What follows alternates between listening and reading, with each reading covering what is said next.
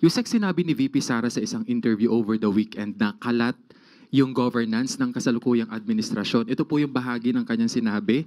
Nakikita nyo na parang kalat yung governance ngayon kasi ganoon din yung ibang departments. Buti sana kung magaling lahat ng secretaries.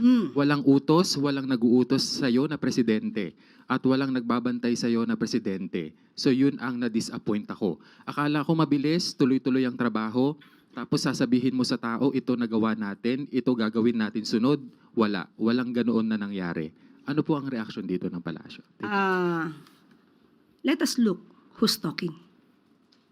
Ang sabi niya po, kinuha ko nga po yung transcript po na yan. Buti sana kung magaling lahat ang secretaries. Mukhang tumama naman po siya. Dahil siya, bilang sekretary ng DepEd, naitalaga siya ng Pangulo. Pinagtiwalaan siya ng Pangulo. Pero sa bandang huli, aamin pala ang Vice Presidente na siya ay walang kaalam-alam sa pagiging DepEd Secretary. So totoo po yan.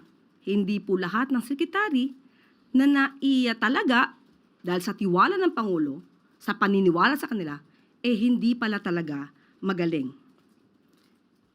Doon pa lamang po sa mga ghost students, ghost vouchers, ghost food packs, ghost laptops, ghost school materials. Lahat ng multong ito ng Vice Presidente, nung siya ay DepEd Secretary, huwag niyang ipahid kay Pangulo. At ang mga kalat na ito ay ngayon niwanawalis at nililinis ni Senator or rather Secretary Sani Angara ng DepEd.